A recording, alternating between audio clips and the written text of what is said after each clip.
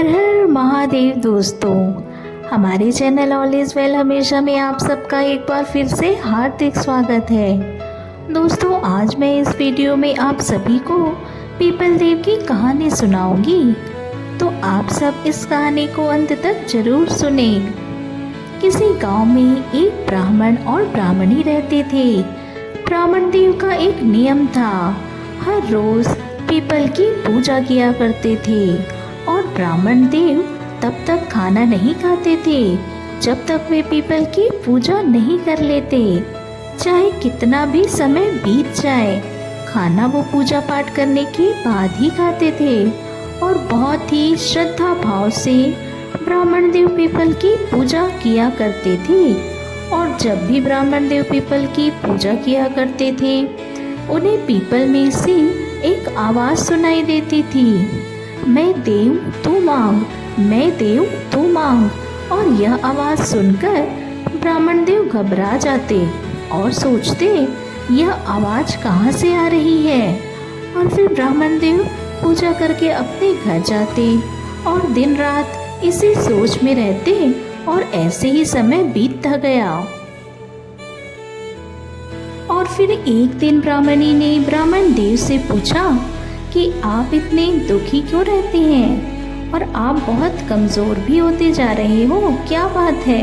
मैं तो आपको अच्छा खाना बनाकर खिलाती हूँ, हमारे यहाँ कोई कमी भी नहीं है और कोई परेशानी भी नहीं है, फिर आप इतने दुबले क्यों होते जा रहे हैं? क्या कारण है? आप मुझे बताइए, आप इतने उदास क्यों रहते हैं? तब ब्राह्मणी के बार बार पूछने पर ब्राह्मण देव ने ब्राह्मणी से कहा कि जब भी मैं पीपल देव की पूजा करने जाता हूँ तो उसमें से एक आवाज़ आती है, मैं देव तू मांग, मैं देव तू मांग। और यह आवाज़ कहाँ से आती है मुझे नहीं पता और पता नहीं मुझे कौन आवाज़ देता है। तब ब्राह्मणी ने कहा, शायद वह पीपल देव ही होंगे जो तुम्हें आवाज़ देते हैं। और पीपल पर भगवान विष्णु, भगवान ब्रह्मा तथा भगवान महेश तीनों का वास होता है। और अब की बार जब आप पूजा करने जाएं, तो निस्वार्थ से अपनी मनोकामना बोल दीजिए और उनसे जो मांगना है मांग लीजिए। तब ब्राह्मण देव ने ब्राह्मणी से पूछा, ठीक है, लेकिन तुम बताओ मैं क्या मांगूं? तब ब्राह्मणी ने कहा कि 16 साल की काया दे, 1000 साल की माया दे, पोते पोती का परिवार दे और सारा सुख दे। आप यह सब बोल देना। तब ब्राह्मण देव ने कहा, ठीक है, मैं ऐसा ही बोल दूंगा। और फिर अगली सुबह ब्राह्मण देव पीपल की पूजा करने गए और वह पूजा कर ही रहे थे कि पीपल में से फिर से आवाज़ आई, मैं देव तू मांग, मैं देव तू मांग।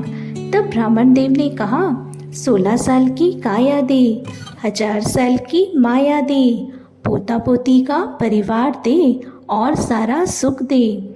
और तब पीपल देव सोचने लगे कि देखने में तो यह ब्राह्मण बहुत सीधा साधा है, लेकिन इसने तो मुझसे बहुत कुछ मांग लिया। अब इस ब्राह्मण ने मांगा है तो मुझे देना तो पड़ेगा ही, क्योंकि यह मेरी नियम पूर्वक पूजा पाठ करता है। और फिर पीपल देव ने ब्राह्मण से कहा, जैसा तुमने मांगा है वह सब तुम्हें मिल जाएगा। और फिर ब्राह्मण देव पूजा करके अपने घर को चल दिए। और तब ब्राह्मण देव चलते चलते सोचते जा रहे थे कि मैंने तो पीपल देव से इतना कुछ मांगा, लेकिन पीपल देव ने तो मुझे कुछ भी नहीं दिया।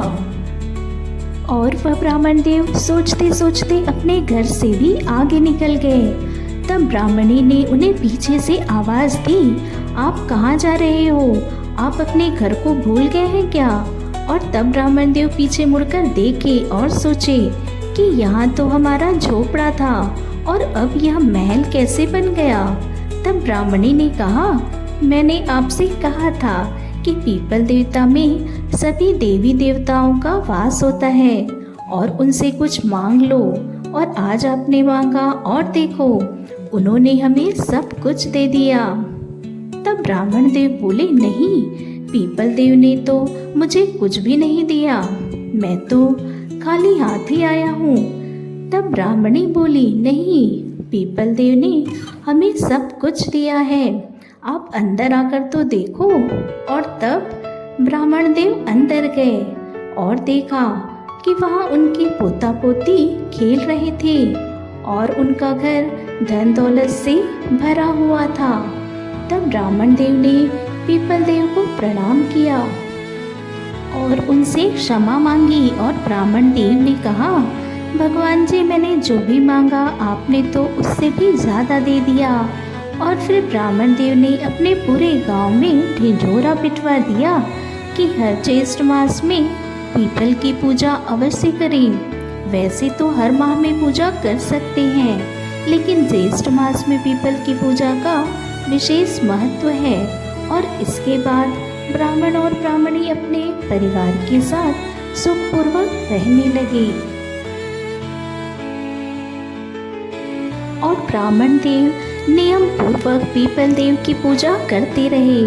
हे पीपल देव, जैसे आपने ब्राह्मण देव पर अपनी कृपा की, वैसे ही अपने सभी भक्तों पर अपनी कृपा सदा सर्वदा बनाए रखना।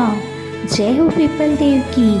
तो दोस्तों, यह थी पीपल देव की कहानी। यह कहानी आपको कैसी लगी कमेंट बॉक्स में ज़रूर बताएं। वीडियो पसंद आए तो लाइक अवश्य करें, चैनल को सब्सक्राइब करना ना भूलें, ज़्यादा से ज़्यादा शेयर करें। आपका बहुत बहुत धन्यवाद।